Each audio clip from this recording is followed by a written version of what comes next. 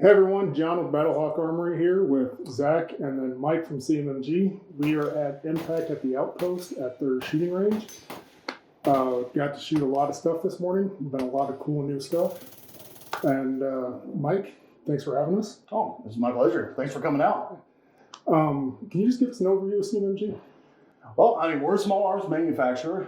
We were founded in 2002, so we actually started the Impact at the Outpost for our 20th anniversary. So we've been doing this since 2022. So 22, 23, 24, this is our third. But we started off making ARs. So 5.56 ARs, we started in the middle of the Clinton gun ban.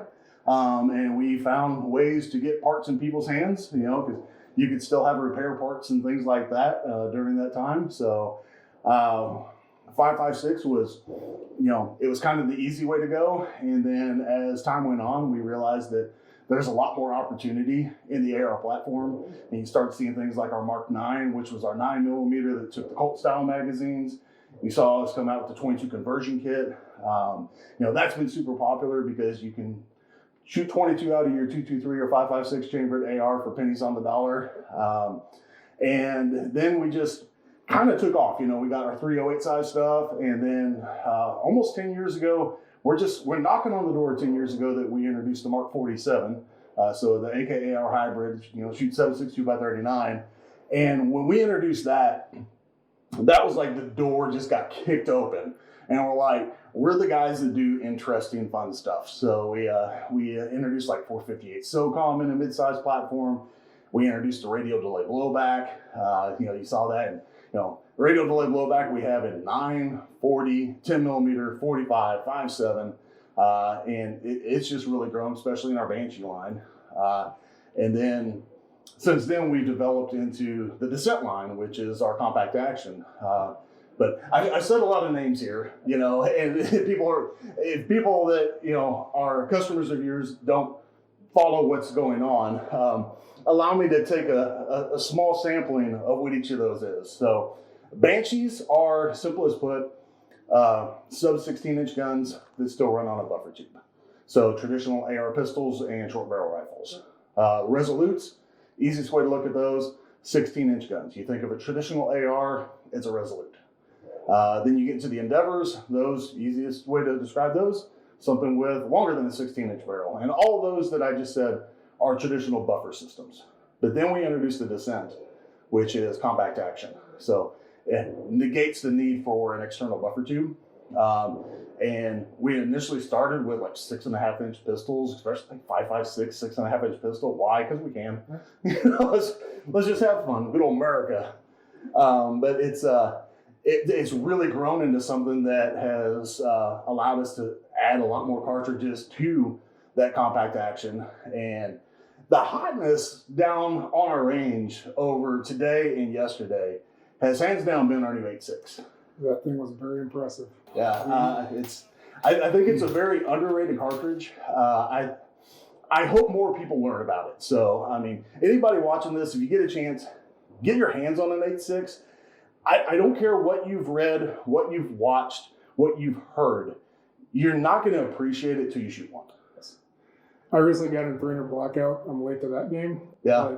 But I now want to get an 8.6. Well, the cool thing about 300 is it's been out for a while, but it's had these like ebbs and flows. Like people, it really kind of came on strong when it was released, and then it kind of got quiet, and now it's ramping up again. And I think since the same person that came out with 300 Blackout came out with 8.6, you're seeing them kind of be in this cohesive unit where one is helping the other grow, and then in reverse, it just kind of keeps going back. So, what symbiotic relationship, I guess you could say.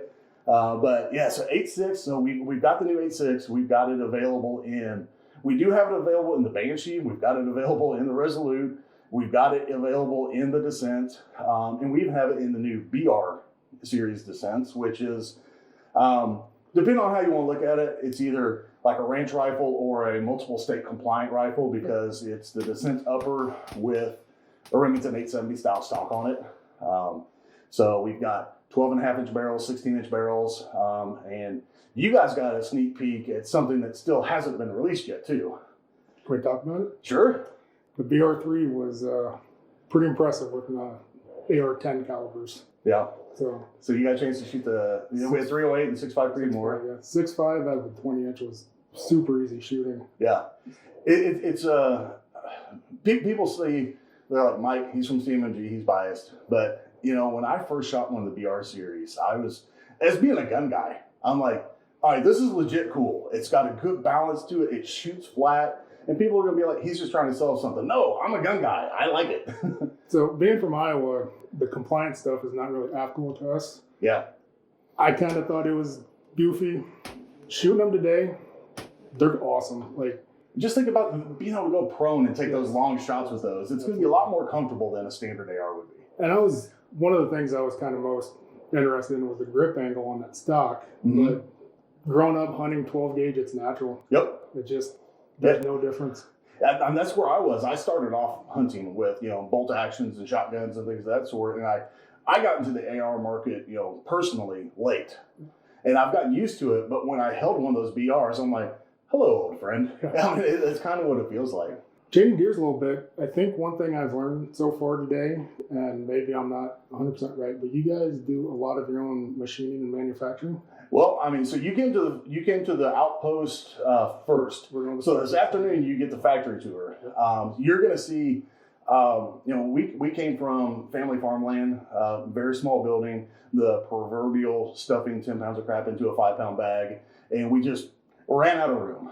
So we bought the new factory in Booneville, and 2 years ago when we built this place, we actually almost doubled the factory in size. So we have brought a lot more machining in-house. We're trying to do more and more stuff in-house. It gives us more quality control, faster turnaround times. When you have things that, global supply chain issues, we'll say. I think some people might know what we're referring to there. The only thing I would have a supply issue on is possibly getting raw steel. Whereas previously, we have outsourced stuff, and we still do outsource certain things. But we're dependent on their ability to supply us with stuff too. And that's one of the things a lot of people don't necessarily always realize. If you're relying on a CNC shop, those shops quite frequently do jobs for gun companies, but they also might do automotive stuff. They might do aerospace stuff, and they kind of have, allotments. They're like, okay, these weeks I'm running parts for CMMG. These weeks I'm running parts for this company. Well, if something happens and there's a knee-jerk reaction, and all of a sudden there's a big influx in, the demand for guns. Well, all of a sudden I might not have parts in the pipeline because who I was getting parts from has moved on to their next customer's job. So if we can alleviate that as much as possible by doing as much in-house, that's definitely where we're striving to be. One thing I kind of talked to you about down at the range, today's the first day I actually shot any of CMMG products, and I've heard a lot of good things about your triggers, shooting them today.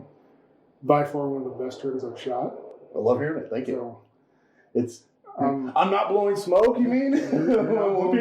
when people see me go, this is an incredible trigger, I'm not just, being a salesman. I got a buddy back home that's looking to get a Dissent, and I've been wanting a Resolute for a while, and I think it's going to probably step up my list. Sweet. So you did get to see one other thing too, though. On top of the BR3s, I saw something else that wasn't released yet either. So the suppressor. You can talk about it. I don't care. Yeah. So I believe BattleHawk will be getting an 8.6 Blackout Dissent for a demo gun, and I don't know if you have a date yet, but there is a 8.6 def can suppressor coming out along with it. So, so we're at the start of September now. I don't know that we have an actual release date, but I could pretty confidently say you're definitely going to see it by the end of the year. That's awesome. So you got a chance to shoot a little bit of everything we had. So we had, the section that I call the new hotness, which is a lot of the BRs, the Mark III Dissents, a lot of Dissent centered stuff. And then you got a chance to shoot Banshees, Resolutes, Endeavors, and stuff. If you could pick a favorite from today, I'm just curious, what might it be? I'm putting you on the spot. The Mark 47 and 7.62, that was fun. Man after my heart right there. Yeah. So I'm going to take the 8.6 Blackout because that's just cheating. It is. It's the Mark 47, like I said, it's 10 years. So it's always going to have a special spot in my heart. But I'll tell you what, the 8.6 is already nipping at its heels for me. Yeah. Actually, the way it sounds pretty common for you, the Mark 47 is how I first found out about you guys. Yeah. And I'm going to take that one out because it's also too easy. I was really impressed with the Banshees. Yeah.